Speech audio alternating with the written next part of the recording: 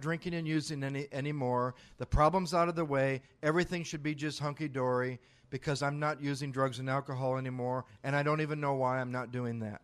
And I was stuck on step 0, eliminating alternative after alternative after alternative until you're down to 2. Now, the screwed up thing about getting down to those 2 alternatives, when we get to them in the book, I'm going to help you see. When you finally see you think you got 2, you don't have either one. Because you ain't been doing really well at dying an alcoholic death. You haven't been able to blot out the consciousness of your situation. And you don't have the power to live life on a spiritual basis. So as soon as you think you're 2, you'll find out you don't have any. But then you'll be on step 1 with no alternatives rather than on step 0 with more than 2. Thank you very much. I would also like to talk about a couple more things that are important this weekend. The morality that Mark and I operate on is this. There is no good, there is no bad, there is no right, there is no wrong. The morality of Alcoholics Anonymous for me goes like this. Is it working for you? Is it working for you? He said it earlier. If you're happy, content, everything's wonderful, why do the steps again? Why do them for the first time? If everything's going great, this will be a really boring weekend with some information on some spiritual stuff that you can bring your virtue to and grow as a virtuous person that's having a wonderful life. If a prayer brings you to a new desperation that you've never had, either for the first time or the 10th time approaching this work, and you get some new desperation based on a current first step, the morality is this. What you're doing is not bad or good. What you're doing is not right or wrong. What the fellowship and those other people are doing is not right or wrong. The only question is this. Is it working for you?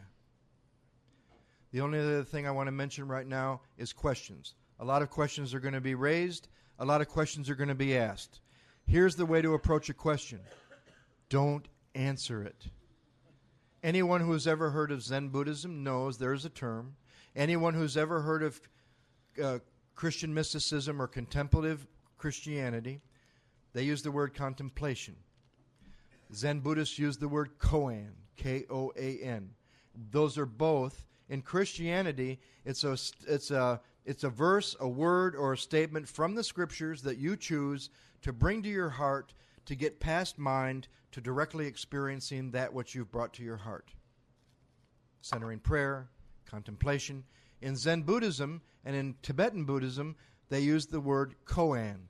A koan is a question that's asked over and over and over to take you beyond mind to directly experiencing the question. And the first time I heard that, I realized that's what we've been doing with this book for a long time. Turning statements into questions. But the questions that we raise, because here's our pattern. We've been programmed our whole lives. Remember in school? Here's the question. First hand that goes up is the best. Who can answer it the quickest? Take the test. Finish it fastest. Give a question. Got to have an answer. Here's the test. Let's drop that. Let's ask for an open mind and a new idea with a way of approaching questions. These questions, especially in the first 3 steps, are meant to be considered, brought to your heart, and answered experientially. Let the answer come to you rather than from you.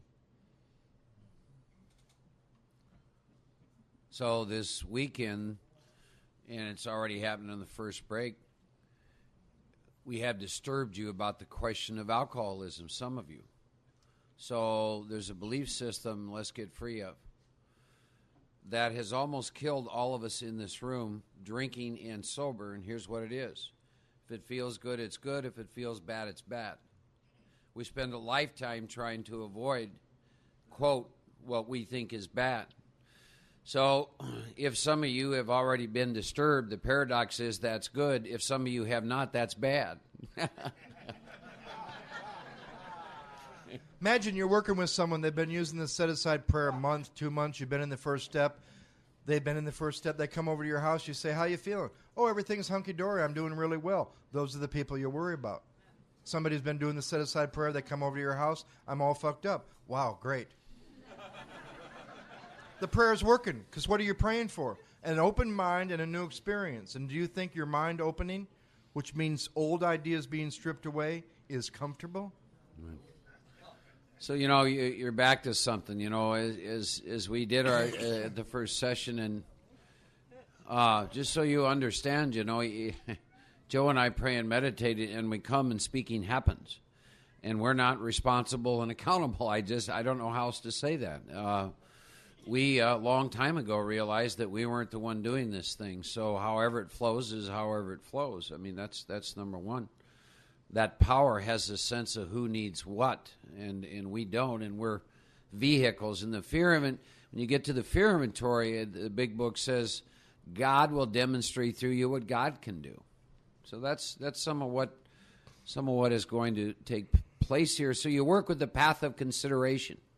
Those of you who have questions, take some of those within yourself over the course of this weekend. I want to, there were a bunch of people that raised your hands about you're in your first year. And I'm going to assume that people, raise your hands again, those of you that you're in your first year for the first time. There were several of you. Raise your hands again, would you? Okay. Did someone ask you if you were willing to go to any length? Okay. And you probably said yes to that, correct? Okay. And you probably said yes to a question, and you didn't probably have any idea what that looked like, did you? See, because we don't do that. We don't do that with new people. We don't do it with each other. Joe and I want to do that with you. When it's time to go back through the steps, and my consciousness moves me into that. I'm recently coming through, having done some spiritual exercises with the first 9 steps again. I like to sit with either 3 or 4 questions, depending on what's going on in my life, and I want to pose those really, to you all. The first is, do I want to do this? Do I want to do what this book is going to ask me to do? Can I say something along those lines? I give these 4 questions to everyone that I work with, whether they're doing it the first time or the 20th time. These are the 4 questions. So that's the first one, is do I want to do what is going to be asked of me? Is this work what I want to do? Yeah. And another question then behind that has to do with, am I willing? And the gentleman that raised his hand in the first year said he answered yes, but no one said to him and no one told him what that meant and what that looked like. So I want to read that to you all, those of you that are here, that your consciousness may move you to go back through this again. So I want you to be clear maybe what that looks like so you can truly answer that question if in fact you want to. Because it's real easy to say yes to a proposition when I don't know what it means. Correct? So I want to read some stuff from 12 and 13 just so we're all clear. Okay? And it says, it was only a matter of being willing to believe in a power greater than myself. Nothing more was required of me to make my beginning. I saw growth could start from that point. Upon a foundation of complete willingness, I might build what I saw in my friend. Would I have it? Of course I would. Thus was I convinced God is concerned with us humans when we want God enough. I'll talk about that later on this weekend. At long last I saw, I felt, and I believed. Scales of pride and prejudice fell from my eyes. I hope that happens with some of you. And then a new world came into view. The real significance of my experience in the cathedral burst upon me. For a brief moment, I needed and wanted God. There had been a humble willingness to have God with me, and God came. Now, those of you who have been sober for a while, pay attention to this next sentence. But soon the sense of God's presence was blotted out by worldly clamor, mostly those within myself. So it's been ever since. How blind I had been. At the hospital, I was separated from alcohol for the last time. Now we're going to talk about, if you all are willing to go to any length, we're going to talk about what this is going to look like. There, I'm going to humbly offer myself to God as I understand God. Now pay attention to these next few words before you think about this. To do with me as God would. I can assure you, when I made my third step decision, I did not plan on living in Texas. To do with me as he would. That means that your life will no longer be your business, so you might want to give that a little consideration before you go back through this work, because you may like the condition of your life right now. I'm going to place myself unreservedly. You don't think they mean unreservedly, do they? Unreservedly under his care and direction. No reservations of any kind. You're not going to come to the meetings anymore and talk ad infinitum about fear, because you've placed yourself unreservedly under his care and protection, right? Am I willing to do that, see? I'm going to admit for the first time of myself I'm nothing. 20 years sober, right? Admit that of myself that I am nothing, that without God I am lost. Not was lost, am lost, see? I'm going to ruthlessly face my sins. Ooh, that word. That I have some old ideas about that really just means miss the mark. You don't think they mean ruthlessly. Yeah, I think you might be getting into fourth and fifth step and stuff like this. And I'm going to become willing to have my newfound friend take them away, root and branch. Root and branch, take them away. And wow, a promise is maybe if I'll do that, I don't have to have a drink. And then my schoolmate or somebody's going to visit me, and I'm going to fully equate this person with my problems and my deficiencies. I'm going to make a list of all the people I've hurt or toward whom I felt resentment. I'm going to express my entire willingness to approach these individuals admitting my wrong. Never am I to be critical of these people. I'm going to write all such matters to the utmost of my ability. Utmost of my ability. Get on the internet. Make phone calls. Go to any lengths to find these people. To pay this money back to the utmost of my ability. And now I'm going to test my thinking by my new God consciousness. Common sense will become uncommon sense. I'm going to sit quietly when in doubt, which is a fairly consistent state of consciousness for us. And I'm going to ask only for direction and strength to meet my problems as God would have me. Never am I to pray for myself, except as my request bore and being useful to other people. Then only might I expect to receive, but that being great measure. And my friend promised when these things were done, D-O-N-E, and now you're going to get some promises. Not half done. It says, I'm going to enter upon a new relationship with my Creator. Those of you who have been sober for a while. A new relationship with your Creator. You would have the elements of a way of living which will answer all my problems, plural. Plural, that's plural. All my problems, plural. Belief in the power of God, plus enough willingness, honest humility to establish and maintain the new order of things were the essential requirements. And then they summarize what's going to happen to us in this exciting thing we get to do.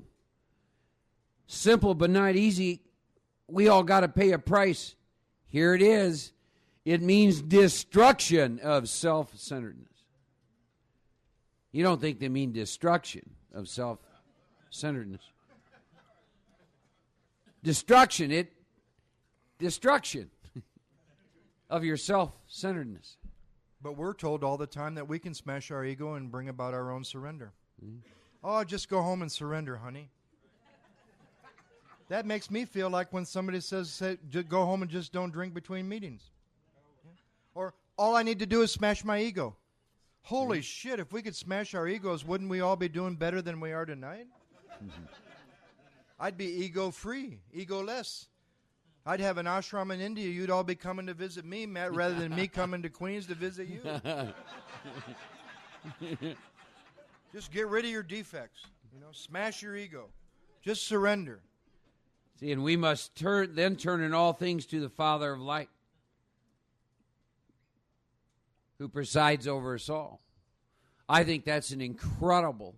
Now, that new man that raised his hand, who said he was in his first year, go back and when those people ask you if you're willing to go to Linked, don't you think it would have been kind of nice if they'd sat down and gone over some of this with you, so you really know what you're answering? See, I'm not here to soft sell the program of Alcoholics Anonymous as outlined in the big book. You drink enough whiskey, this seems like a fairly easy set of propositions. But if maybe you haven't drank enough whiskey and you still want to run your life on self-will, they may seem fairly drastic. But I think it's important that when you're going to sit down and take someone through this process, or they ask you to be a sponsor, that you be very clear with them what this looks like. Take about 20 minutes.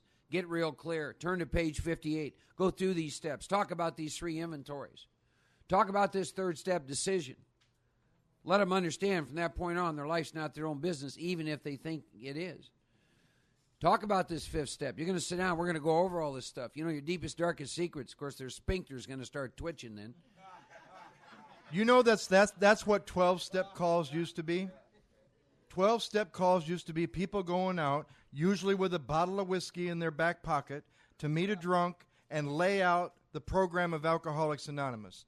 Now it's a big deal to drive across town, to pick somebody up, to drop them off at a detox place, and they're really an addict, pump them full of alcohol, and tell them to go in and start their recovery that demands rigorous honesty based on a fundamental lie because they don't cover drug addiction, and let them start their recovery based on a lie that they're an alcoholic.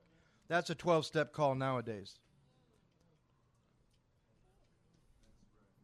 So you get done. He and I work well, like Cheech and Chong. You know what I mean? So I think it's important that we have a sense of what this means. Am I willing to go to Linked? And, when I went, let me say it this way. When I got taken through the steps again this year, I had to sit with that stuff. My life's pretty good today. And I'll tell you something else. I'm a little bit awake. I'm not naive to what's going to happen through the process of the steps. I had to sit with this a little bit. Why do I say that? Because this has happened to me before, and I wound up living in another state, working, doing a whole other job, and didn't know a single human being. That's why. Because I know if I go back through this again, most of the belief systems I'm operating on, taking action on, are all going to get smashed and destroyed. I know you can't pour old wine into new skin. I know that what I've been doing with 10 and 11 is going to get shaky. I know I'm going to get real uncomfortable. I don't know what's going to happen. My life is good, When I went through the work, 13 years sober, I was in Santa Monica. I had 5 years in Denver, Colorado, from 82 to 87, 10 years in Los Angeles, from 87 to 97, and 5 years in northern India. If somebody would have said to me the last time I went through the work before India that any lengths was going to mean and describe what would go on in my life for the next 5 years, I would have had some considerations to make. If somebody would have said my 4th or 5th time through the work in Denver that I was going to leave Denver, move out of his house, sponsors down the street, service commitment, serving on the area committee, and that I was going to be moved to California and this is what I was going to be doing the next 10 years, I would have had some considerations. So, as far as those of you that want to lay out the assignments that I would give somebody, and I know Mark does the same thing, first thing I would give him, and I don't tell him how to say the set-aside prayer anymore. My sponsor pulled a joke on me not too long ago when I called him, last time I called him. You can imagine this one, Matthew. He said, and I thought he was being serious, he said, you stuck me with something, son, that I've been blamed for a long time, and I thought some horrible thing I did in Denver or something, and I said, what? And he said, the set-aside prayer. Because to me, the set-aside, from him, it was a comment to a maniac that he heard share his experience, and he said, my God, son, you know enough about yourself, alcoholism, and how you feel to be dangerous to yourself and everybody around you, why don't you just say a prayer for an open mind and a new experience? That's where that prayer came from, right? Now he hates that. We've ritualized it, formalized it. It's in the workbook. It's written out. I just say to people, please, are you here for a new experience with the steps? Yeah. Try a prayer in your own words, in your own way, to whatever you believe in. Krishna, Muhammad, Christ, whatever you believe in, say this prayer. Put aside what I think I know for an open mind and a new experience. And I'll tell you, 99.9% of the time when they come back in a week or so, get this one, those with first step reservations that are going to come out in a little bit, they will have changed the set-aside prayer to this. They even did it in this damn workbook from Santa Monica. They'll change it to this. Dear God, please help me set aside everything I think I know. All of a sudden, God's the helper, and I'm the one that's going to set the stuff aside, right? Old Dan Sherman's changed it into, Dear God, enable me. Now God's an enabler, right? God's a dysfunctional enabler. Gandhi has an eating disorder, right? And Dear God, enable me to set aside everything I think I know. No. God's not just a little helper you pull out of the closet. You know, when you need a little help with the stuff that's getting a little rough, just say to whatever you believe in, please set aside what I think I know for an open mind and a new experience. And whatever you want to put there in the middle, say it from your heart. About this day, whatever in your heart that time. Say it in the morning. Say it during the day when it comes to you. Say it at night. Say it when you sit down to work on whatever assignment you're working on. So I give people some sort of prayer to do from their heart. Then the 4 questions. Is this work what I want to do? Don Coyce, the Native American teacher I had, who's 30 years sober now, I think, he always said, even the first time, he always said 2 things that have always stuck with me.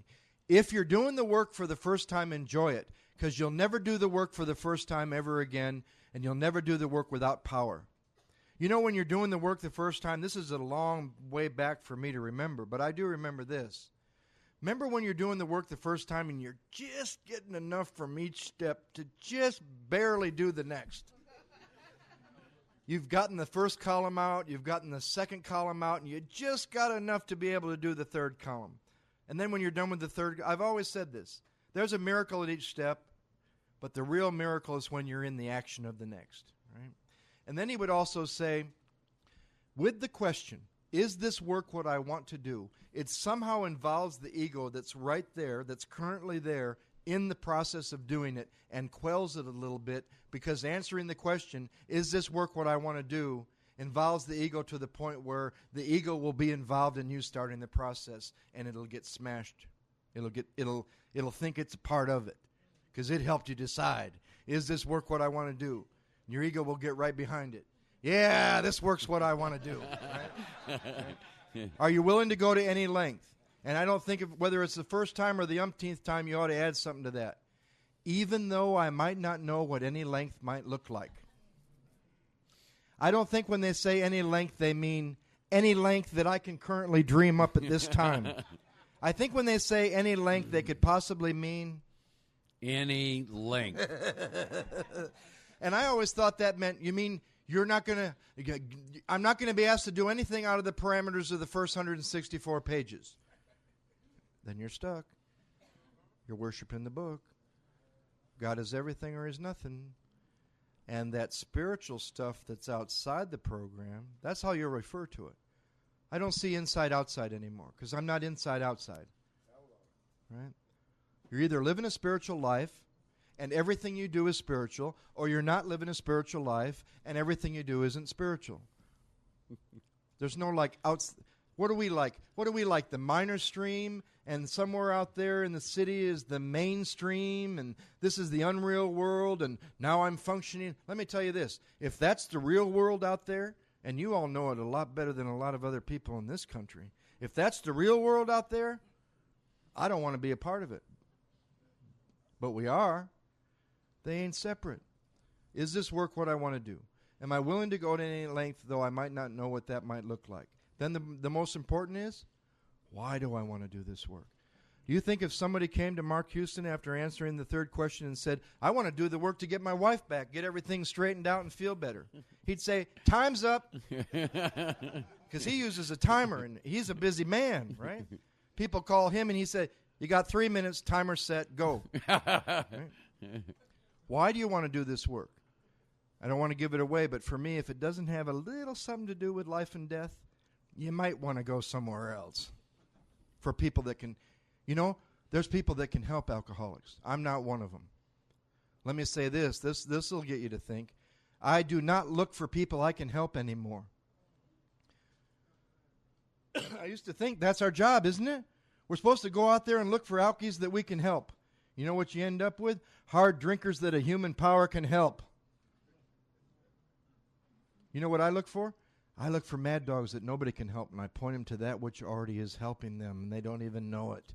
I point them to God. I quit helping people. It takes such a strain off you sponsors that feel so overwhelmed by all your pigeons, babies, proteges, or whatever demeaning name that you currently call them, call and tell you about. Just point them to God. Is it working? Keep doing it. Is it not working? Try this. But point him to God. Be a pointer.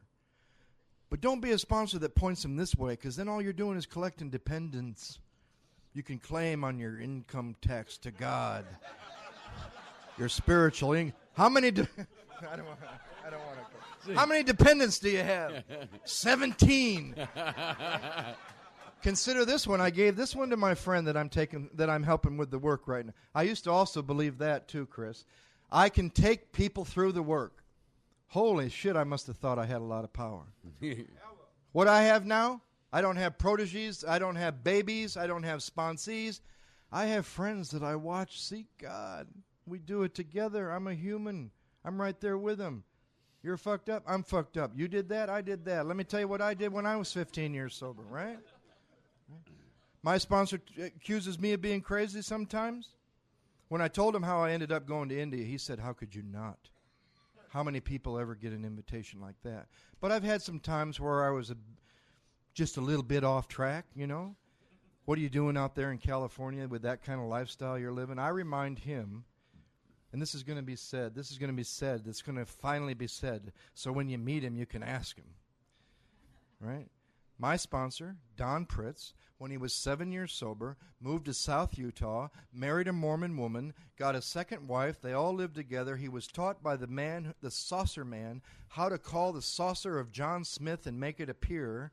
And he would take groups out onto the desert and call the saucer that John Smith is in, 7 years sober, having done the work. He took groups on the desert to call the saucer of John Smith, and then he had what he calls his desert experience, and left those two wives and came back to Alcoholics Anonymous.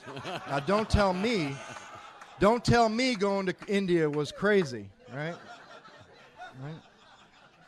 So, is this work what you want to do? Do you really want to do this work?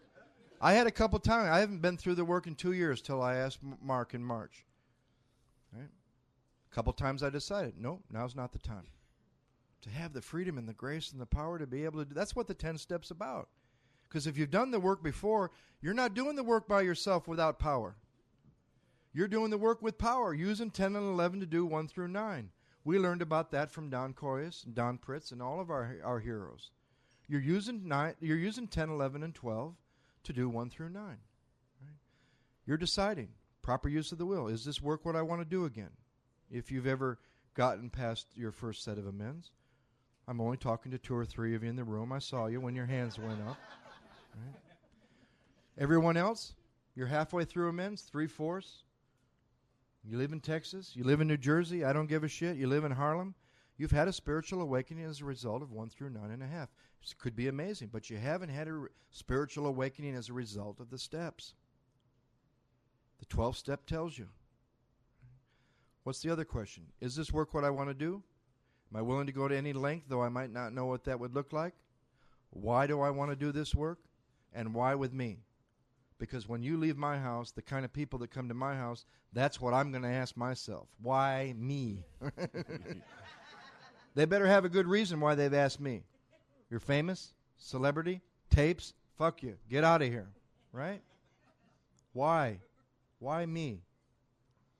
And what areas are you currently being dishonest about in your life? With yourself and with others. And look at every area of your life. IRS, you're giving your employer a fair day's work. Relationship, significant other relationship with yourself, your physical body, your emotional state, your mental state. What areas are you being dishonest with yourself and others? You know, it's funny. Joe and I were laughing the other day. Consciousness says takes us back through the steps again, but he and I were laughing because what's happened as a result of that, when that begins to come up, we both kind of begin to suffer from PTSD. I mean, we were living in Denver with a great life and begin to go back to the work, and the next thing he knows, he's out in Los Angeles, right? And that kind of deal's going on, and I wind up in Texas, and then I've lived in 4 places in Texas, and jobs start and jobs end, and I don't know if he's thought about this, but he had begun the process of going through the steps, and then ultimately winds up down in India, that's a little jaunt. And he's down there, and I think, maybe 2 years ago started the steps again, and now here he is sitting in Queens, and he's not in India anymore. So when we sit down and answer these questions, we really like to sit with them for a little bit because we have a lot of experience. What that could truly mean is somewhere in the middle of these steps, I could be in the other side of the continent. And we know that today. And the ego will want to answer him right away. Sure, I want to do the work. Then you've just shut off. Here's the deal. If you're posed with a question and you answer it right away, you've stopped any experience you can have with the question because you've already gone to what you already know. Sit with the question. Let the experience come. Don't answer it right away. Give yourself, and always look at every question that we're going to pose at the first 3 steps that are these first 4 ones. Look at a question as a coin. Every question has 2 sides. Those that have been around for a while, you will get much more benefit, like from the first question. Is this work what I want to do? Don't answer it. Look at, maybe I don't. Am I willing to go to any length to do this work again? Maybe I'm not. That's how you look at a question, like a coin. Does your experience abundantly confirm that once you put alcohol in your system, something happens which makes it virtually impossible for you to stop? Sure. Then you're done with the experience of it. You've stopped the experience by the answer. And that goes so much against the way we've been programmed. The answer stops the experience. The consideration. Mark should talk now about 3 types of people that approach the work. Yeah, I want a couple other comments on you approach the work. Those of you that know Chris R., walk up and ask him about the changes in his life as a result of reworking the steps. See, walk up and ask Mike Lawrence about his life. You know, I'm telling you, ignorance is bliss sometimes. But there's probably reasons in the big book why they tell you, you know, you really ought to consider this, or why prior to the 3rd step they say. You really need to think about this, making sure you are ready. See, making sure you're ready. It's one thing to say you want to go back through the process again and experience a revolutionary spiritual experience when you don't have a car and your life's upside down. It's a whole nother deal. Maybe when your life, you know, there's a line which I think sums this all up, and which at times will kill us. We become victims of the delusion that we will be happy and satisfied if we only manage well. Meaning we think we know what our life should look like. Our life should look like, who should be in it, where we should live, where we should work, etc., etc., etc. And that has descended on me many times in my in my sobriety, and I've suffered the consequences of that. But a guy from Denver moves to L.A. I'm 12 years sober. I've put myself in a position in my own home group where a heavyweight moves from Denver to L.A. now all of a sudden. He's the only one I can go to, qualified to take Joe Hawk through the work. Whoa, right? Mark had already been the one that told me after I was there 2 years when I had an inventory, and I said to Mark, Don Pritz is the only person that can hear this inventory. Mark said, how many years you been in Santa Monica? I said 2. He said, where does Don Pritz live? I said, Denver. He said, could Don Pritz die at any time? I said, yes. He said, what if something happens to Don? You better let some people get to know you where you live. And I had done many fist steps with people in Santa Monica, in my home group, and with women. If you're a man and you miss the experience of ever fist stepping with a woman, you've missed it. If you're a woman and you've missed the experience of fist stepping with a man, we're going to get into that later too. Multiple fist step. Book says it. So he moves from Denver to L.A. I go right to him. I got to do 1 through 9. He said, great. He said, let's go to the liquor store. I said, cool. I thought we were going to go to the liquor store. He said, no, right here in my living room. I said, cool. He said, okay, you're 12 years sober. You just pulled up to the liquor store. Where are you at? How's it feel? He took me right there. I was there. I said, I'm not feeling much at all. I'm a little bored. It ain't too exciting, and it ain't too depressing. That's the place I hate. I can handle severe depression, and I can handle mania. But don't give me a mediocre day, 12 years sober. Don't give me mediocre. I got to be doing something. I'm taking people through the work. I'm speaking all over the country. I'm controversial, right? It's a mediocre day. I just pulled up to a liquor store, 12 years sober. He says, how's it feel? I said, blasé. He said, walk in. He said, where's your wall? He said, is your wall brown or is it clear? I said, my wall's clear. It's vodka. He said, what kind do you want? I said, citronelle. I heard about it. It's flavored vodka. They didn't have it 20 years ago. I got to have some, because I drink kamikazes. I drink vodka, right? And I heard there's some new vodka that's flavored already. Give me some orange, whatever it is, Stoli. He said, what size you buy? I said, liter. He said, you didn't buy a half pint? I said, what the hell's a half pint? I hadn't had a half pint since I was, unless it's all I got, I ain't had a beer since I was 17, unless I had to. He said, I bought a liter. He said, now you're buying it? Yeah. You're out in the car? Yep. How's it feel? Nah, not much. Nobody's going to know. He said, now tell me where that first liter would take you. I started into this long, elaborate story like you'd tell at one of these nauseating, like Chris war story meetings. I had a big, elaborate idea of where that first liter would take me. The man laughed in my face. He said, you better go home and pray about that. Come back next week, same time. I woke up one morning. Have you ever woken up laughing? I know you have. Have you ever woken up laughing at yourself? I woke up one morning laughing at myself. And I realized, you know what? I don't have a clue where that first liter would take me. Maybe nothing would happen. What if the grace of God protected me from the physical craving? God's everything. Oh, he wouldn't be there for that. We're going to talk about that this weekend too. What if nothing happened? Just get drunk, come back tomorrow. I don't need to tell anybody. Just show up at a meeting. I'm still 12 years sober, right?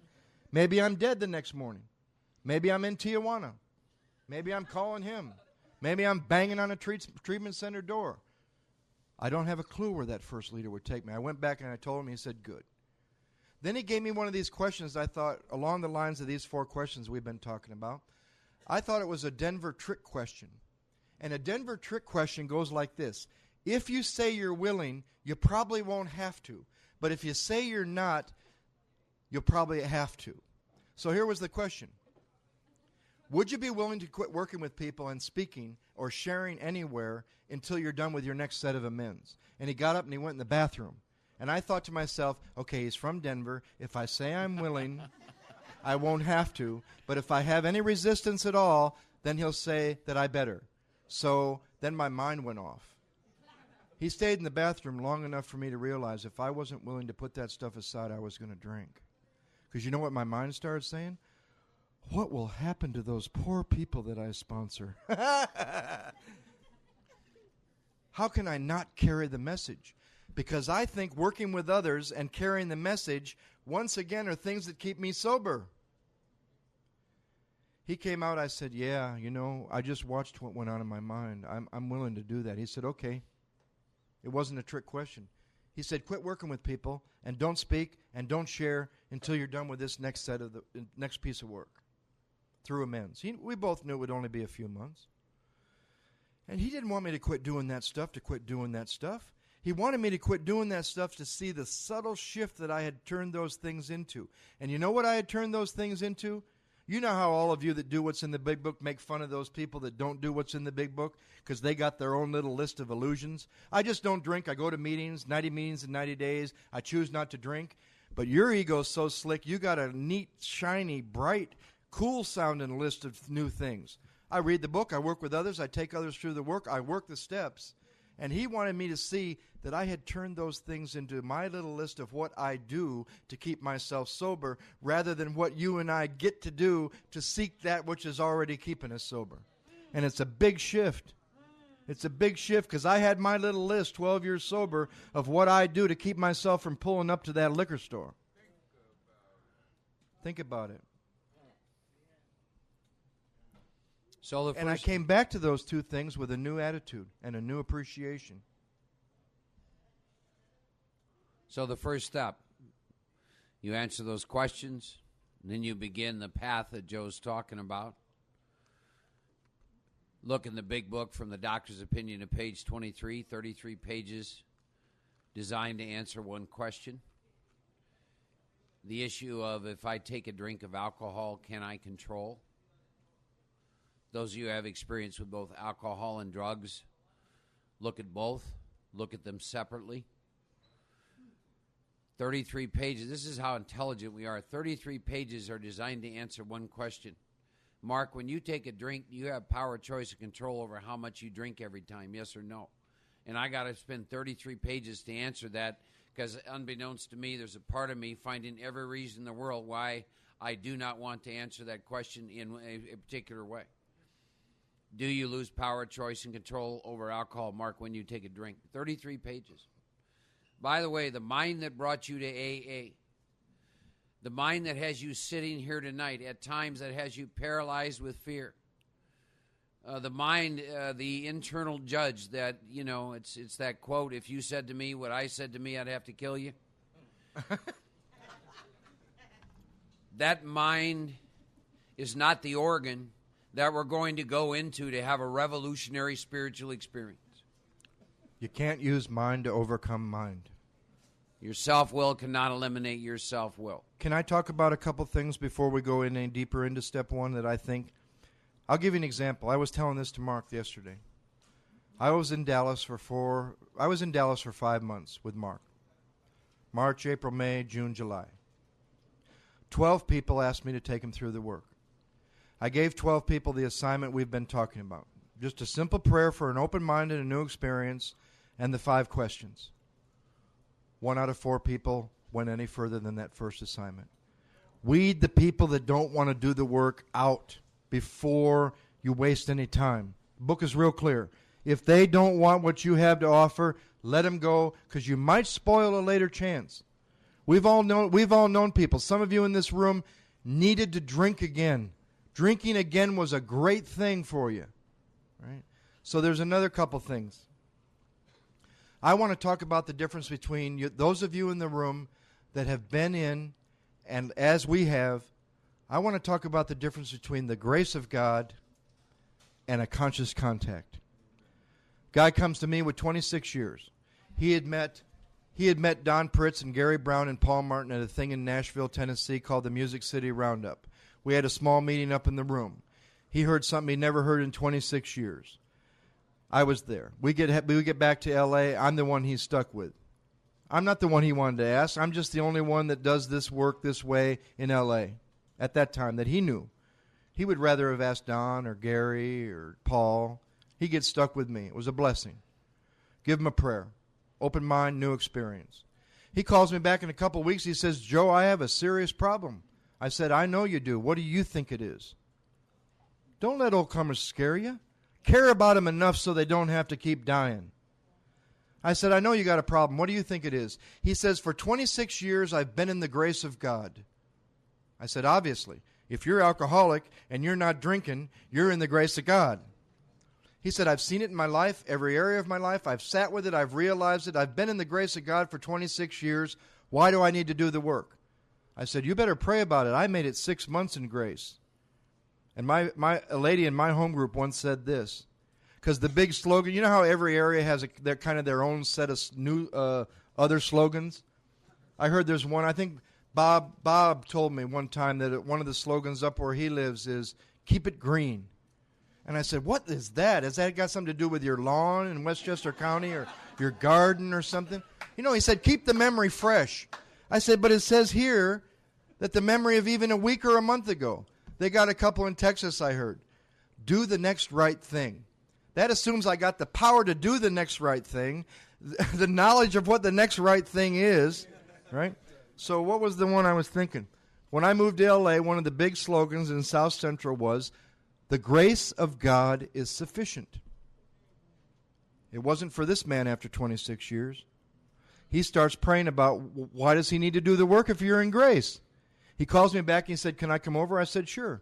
He said, he came over, he said, I know why I need to do the work. He said, I'm an alcoholic, and I would like to have a conscious contact with that which has been giving me this grace for 26 years. And when he got on the other side of his first set of amends in 26 years, plus his whole life, Clint H., he talks about it all over the country.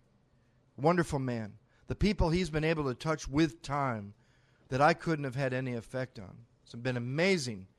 He said the difference between the grace of God and a conscious contact was like night and day, right? And I think another important thing before you start the first step is to realize this. I've never said this to Mark, but he knows it in his heart. It doesn't start with the first step. And I'm not talking about this pre-step 1 or step 0 stuff we've been going over. It never started for you with step 1. You know where it started for you? It started with you from someone across the room from step 12. Imagine in your first meeting if nobody had gotten past step 1. That's why people in treatment can't help other people in treatment. It never started for me with step 1. I've thought for a long time I would have told him 6 months ago if he said, where did it begin for you? I would have probably said step 0, but it only took 6 months to get out of step 0, and then it started with step 1. It didn't start with step 1. It started with the 12th step in another man's heart who cared. Another place I'd like to look at before we start 1 is this. We don't need to read it, but in one of the most unread chapters, the chapter to the wives, why do I need to read it? I've never had one. I'm going to have one really soon. God told me.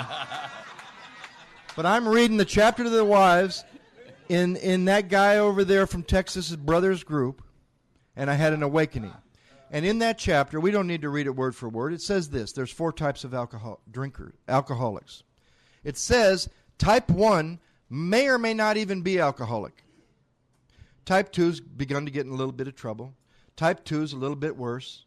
Type 3 is a little bit worse. Type 4, screwed. We think that only has to do with 2 things. They can't control it when they start, and they can't keep themselves stopped. But the interesting paradox is, who do they say has a better chance at AA? Wouldn't you think like 1 or 2? They say type 4 has a better chance at our program than the type that still have. You know why? Because those other types still have more than 2 alternatives. Type 4 is down to 2. So I'd like you all somewhere at the beginning of the work to look at what type are you. Then I'd like you to answer this question. We had a nifty time, your brother and I, with this one. If there are 4 types of alcoholics described in our book, and they're all around us in AA, what message would each type bring to the fellowship of Alcoholics Anonymous? And then you're going to see why you hear so many different messages. Type 1, hey, I just don't drink no matter what. I found everything I ever wanted in the fellowship. I quit drinking. My life just got better and better. Type 1 may or may not be alcoholic. Not our place to say. They need to find out. Doesn't matter what we think. Type 2, what would be their message? Well, you know, I go to lots of meetings. I'm a meeting maker. Meeting makers make it. I do a little of this. I call my sponsor every day. 90 meetings in 90 days. I dump. I get better. Type 3, I don't want to offend anybody. Type 3, 1 through 9.5, 1 through 9 3/4, 1 through 9 3/8, never finish amends, think they've been through the steps, everything's hunky-dory, they've been through the 12 steps, and they've had a spiritual awakening as a result of the steps, and they're in delusion. Denial, denial, denial. Denial of what? Denial of alcoholism? How could they be? They're a type 3. They're in the denial of the grace of God. A form of denial that I don't hear any of you talking about in AA. A form of denial stronger than the denial I came here with, because I didn't have many alternatives left, and I didn't have a lot of denial when I got here, but I've suffered from this denial in AA. The denial of the grace of God, taking the credit and thinking those unfinished amends don't have nothing to do with alcohol.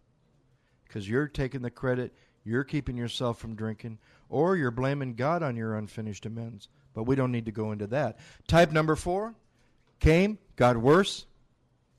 Just because he quit drinking, he didn't get better. 1 through 9 once, didn't work. It worked. They hit another wall. Harry Tiebold's theory. For Harry Tiebold, it was just a theory. For me, it was a reality.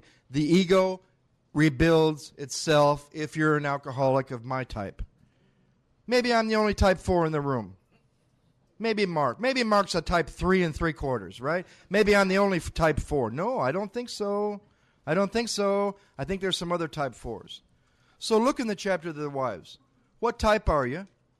Because Mark killed me with this. Type 4s can't do type 2 work. What type are you? And which type, what message would each type bring to AA?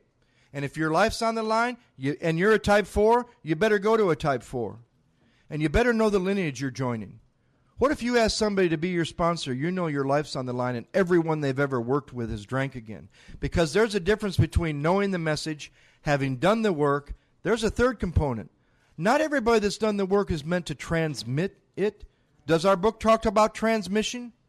Yes, it does. Yes, it does. And not everybody that's done the work is meant to transmit the message. Transmission is a very... Look at the people around them they've worked with. Look at the results they're getting. What type are you? What message would each type bring to AA? And who are you going to go to? Let's take a 15-minute break. Sorry. That's okay. About 45 minutes more we're going to go this evening, and that'll shut things down. A few other things that came to my consciousness. I'll call them traps in their own way. Here's one. God keeps me sober. Why is that a trap? If there's nothing but God, there can be no God. And is God a part of staying sober? Of course. But what is the trap in the belief system, God keeps me sober? The trap is this. If that were true, the big book would be 1 page and it would have 5 words on it. God keeps you sober. Have a good life. Unfortunately, that is not what it says.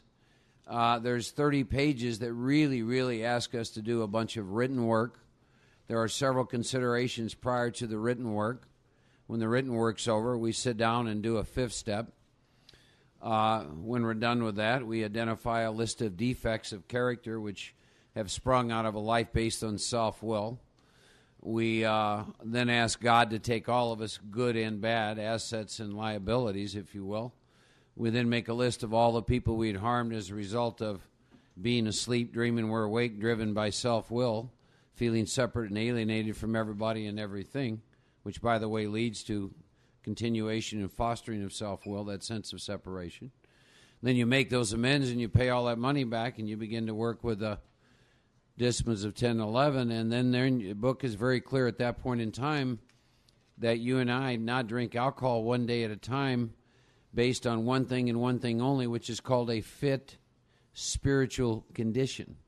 And you and I are given a daily reprieve contingent on that fit spiritual condition. We did the work and took the action in the first 9 steps, and then 10 and 11 is very clear, and it has very strict spiritual disciplines about how we maintain that fit spiritual condition. So a question maybe for some of you to ask yourself, if you're not working with the disciplines of the 10th and 11th step, you might have fallen prey to that belief system, because my experience is God will not do for me what I am supposed to do for myself.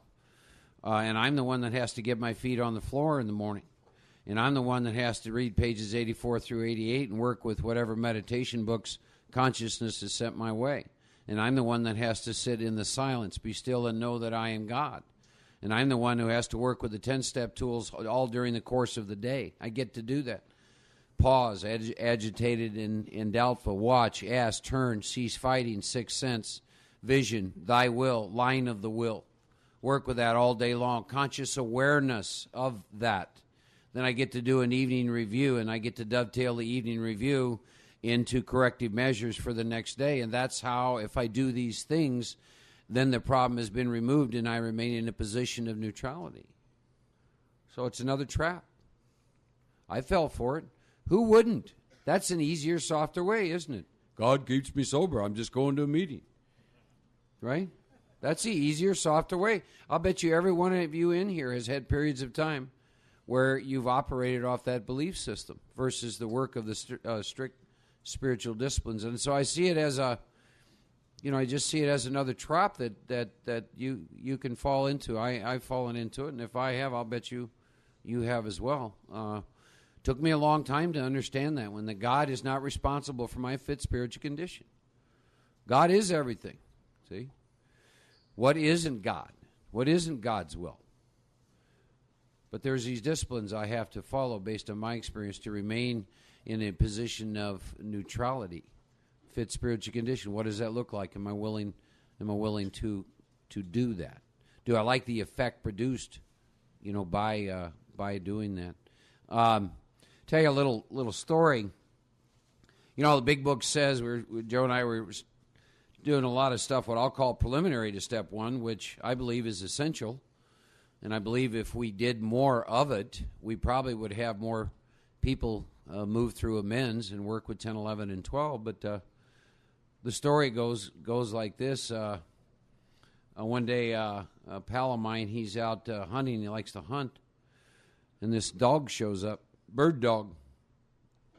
And he's out shooting ducks, and the first time he shoots a duck and goes in the water, to his amazement, this duck walked across the water and retrieved that duck. And he shot 2 more that day, and that dog did the same thing, and it was just blowing his mind. He's in AA and used to miracles, so he thought, my God, this is incredible, a dog that walks on water. So he took the dog back home and, that kind of stuff. Well, he happened to live next door to an alcoholic who was still drinking, who also liked to hunt. And so the alcoholic stumbled over that night, and he said, you going hunting tomorrow, Dale? And Dale said, yeah, I'm going hunting.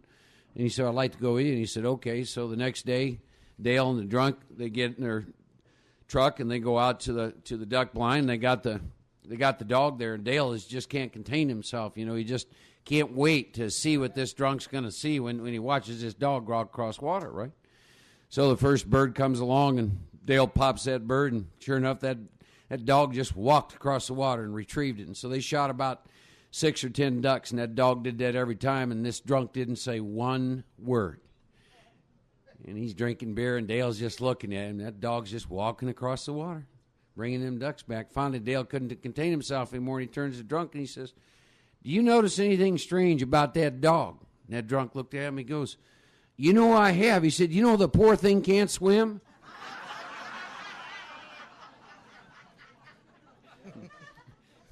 That's the mind I brought to Alcoholics Anonymous. See, and I'm going to go into that mind to solve my problems and to live my life. See? Probably not a good place to go. Another book talks about, says you'll be known by the renewing of the mind. In the doc's opinion, we talk about a psychic change. Someone asked me something outside. This has to do with willingness, and I want to talk about this a minute. Life and death. See? If you're in this room and you've lost the connection between to drink is to die, if you have lost this concept, this idea that this is not life and death, you're going to take an easier, softer way. Ladies and gentlemen, this is life and death. Why is this important? To not lose this connection, that what we're talking about is life and death. because it gets very, very important as you begin to get moved through the course of action the big book is going to ask you to take. Faced with writing 3 inventories or dying an alcoholic death. Let me think about that a minute. You understand? We've been talking about amends, and it isn't just unfinished amends. There's some of you not working, probably not doing much with the disciplines of 10 and 11. There's probably some of you that haven't taken anyone through the big book in a while. There's probably some of you that haven't written inventory in quite some time. And it's called, well, what is that all about? And my experience, my personal experience with that is I forgot that this is life and death.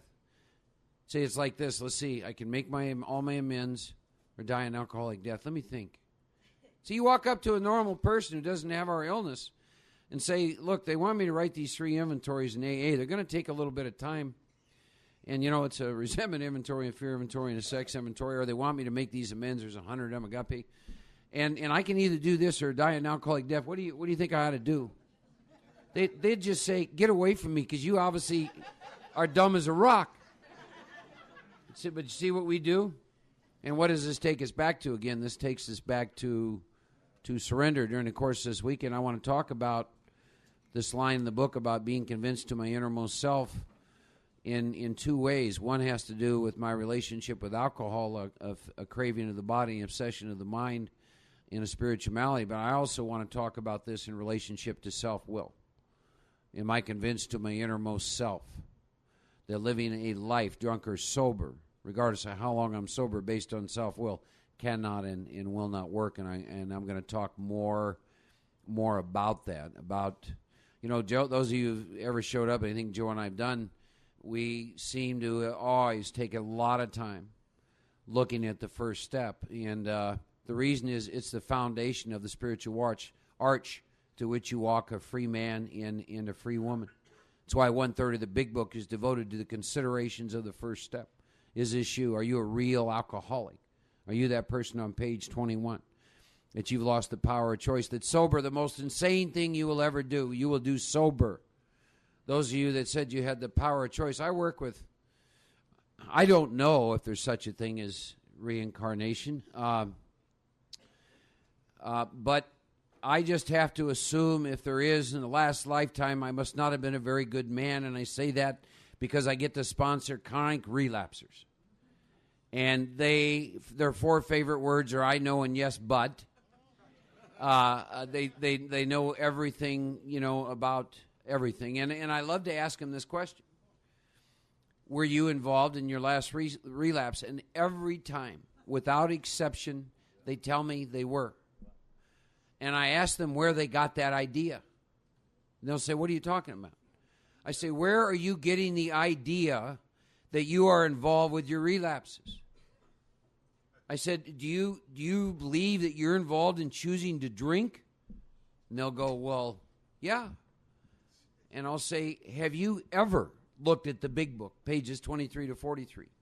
Do you not understand that if you're a real alcoholic, you've lost the power of choice, and the most insane thing you'll ever do, you'll do it from a state of consciousness called sobriety. And that is that there will come a time when you'll have no effective mental defense against the first drink. Your mind will say, let's take a drink, and if something doesn't stand between you and that, you'll go drink. They've never understood that. See, that's called losing the power of choice. And I'm very, very clear on that piece. See, I don't have the luxury of not staying in fit spiritual condition even one day, because that day I believe a guy like me is rolling craps. Now, I don't do what I do out of fear. I do it out of love, because I like the effect produced by conscious contact with God. See, I do this for the same reason I drank. I like the effect produced by alcohol. I do what I do with these disciplines because I love the effect produced by conscious contact with that which created me. That sense of separation is now gone from me. See? But this is life or death. This is not some little flu we got.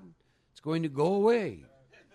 See? With a little pill or a little bit of time, or those kinds of things. So those are some things that I wanted to talk about. Ask yourself, have you been caught up in this belief system of God keeps me sober? Big book says fit spiritual condition, Mark. Daily reprieve based on this. By the way, it says this is what you do. This is how you do this thing. So we've talked about those questions and those considerations.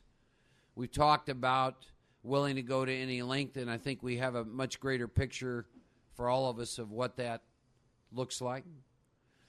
Then you start looking at the first step, 33 pages to look at this issue of when I take a drink, do I lose power, choice, and control?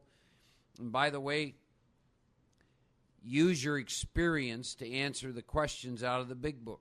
Don't pay any attention to what your mind tells you. That's the same mind that has you doing insane things sober. So go into your experience to answer the questions in the big book, and there's many questions and considerations in there. Let your experience tell you what happens when you take a drink. Do you lose power, choice, and control? For those of you who do drugs, what is your experience? When you do drugs, do you lose power, choice, and control? You crackheads, when you get a crack pipe and you got about 9 hits, and you're doing that first one because you love the bouquet, ask yourself this question based on your experience. Do you lose power, choice, and control over how many you do? See? In pages 23 to 43, I believe, based on my experience, probably the least read and least understood pages in the book. Here's why this is important. If you do not understand 23 to 43, the rest of your time in AA, Joe brought up a great point of the 4 kinds of alcoholics and what are the messages. If you don't have a deep experience with 23 through 43, the rest of your time in Alcoholics Anonymous will look much different than mine, I can assure you. Because I'm a type 4. I'm a hopeless, helpless, chronic alcoholic who was a daily drinker. A daily drinker. 24/7. That's what I did. You got in my way, you were gone. Period. End of statement. Alcohol was my master. I worshiped at the throne of alcohol. I may as well have had an altar. God, the truth of this hit me one day sober, and I tell you what, I wept like a baby about the hold that alcohol had over me. I may as well have had an altar and knelt at that altar and say, alcohol, you do with me as you will, because you do.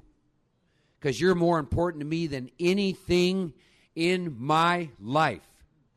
Anything in my life, and I will serve you. See? I'm here to serve you. And the unacceptability of that to this day is a piece of why I'm sitting up here. I got tired of worshiping at that altar. And it's an altar, and don't think any different. See, every alcoholic I've known, to me, there's only 2 gods. One's either alcohol and the other's the God of your understanding that you're going to serve. See, and that becomes that. But pages 23 to 43, I beg all of you, go back in with an open mind and read those. Read those pages. Look at your experience to be convinced of what? That the truth is none of us in this room, unless we're in fit spiritual condition, have a clue what the day looks like when our mind's going to take us back to a drink, and there ain't nothing between us and that. There's no choice, there's nothing. And it's contained in those pages. And the sense of helplessness and hopelessness behind the realization of that, is summed up. They describe, for those of you who think your mind can do anything about a drink or your beliefs, they describe in those pages something called a strange mental blank spot. And in a strange mental blank spot, every reason you have for not taking the drink is unavailable to you, including your belief in God. And if you don't experience that, in fact, you've been there probably several times, and by the way, this is a place we get to experience sober. Why would you seek power? Why would you need to work these steps? You follow me? See, I found myself in those pages. I was at the bottom of page 43. Once more, mark at certain times. That's the crapshoot. Mark at certain times, I don't know what the time looks like. Mark has no effective mental defense against the first drink. Sober. They're talking to me sober, right? Mark's defense must. Doesn't say maybe. Says must come from a power greater than himself. And my experience abundantly confirmed this.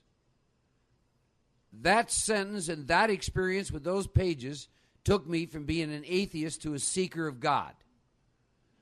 Or let me say it another way. A seeker of the power behind the name.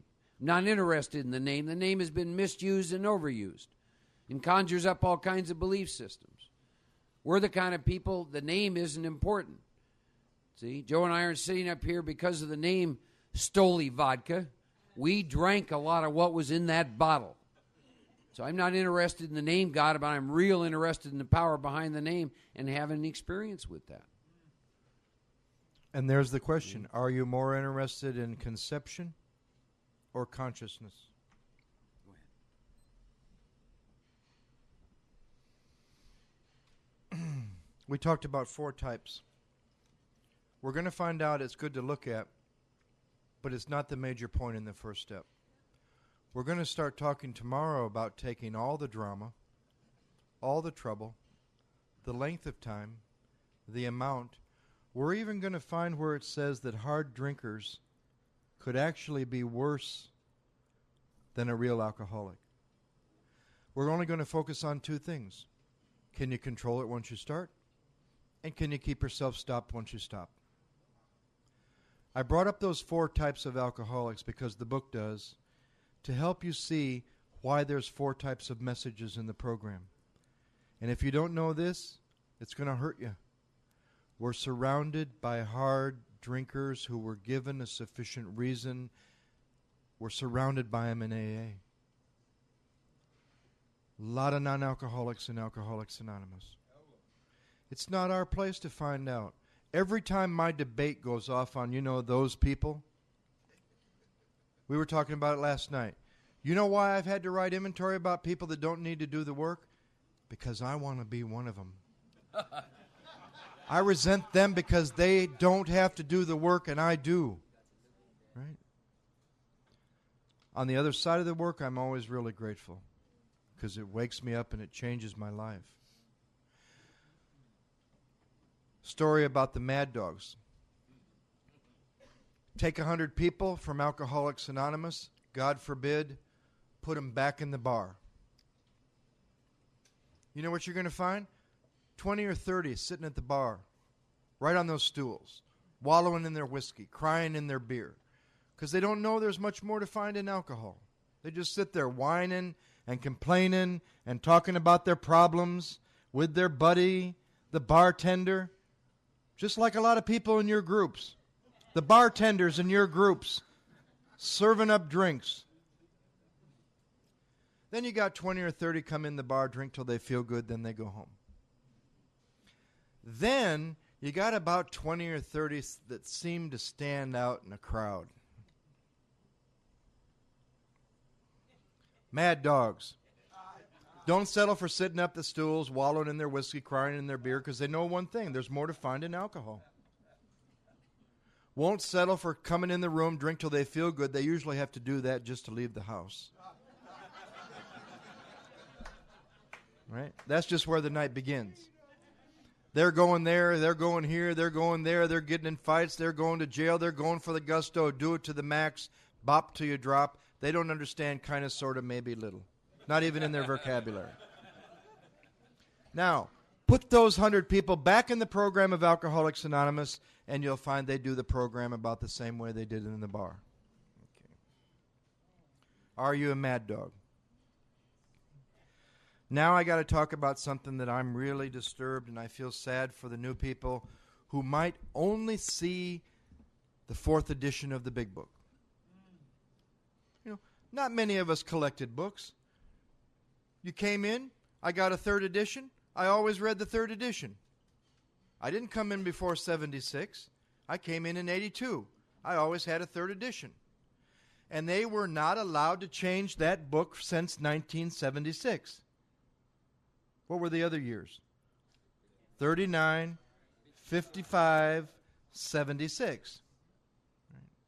I love when Chris Raymer talks about, and a lot of people in Texas talk about, the success rate when they were brought to recovery before they were brought to the fellowship. 50%, boom, right away. 25% came back, made it. 75%. Tell me anywhere in the world that Alcoholics Anonymous success rate is 75%. And you know what that taught me?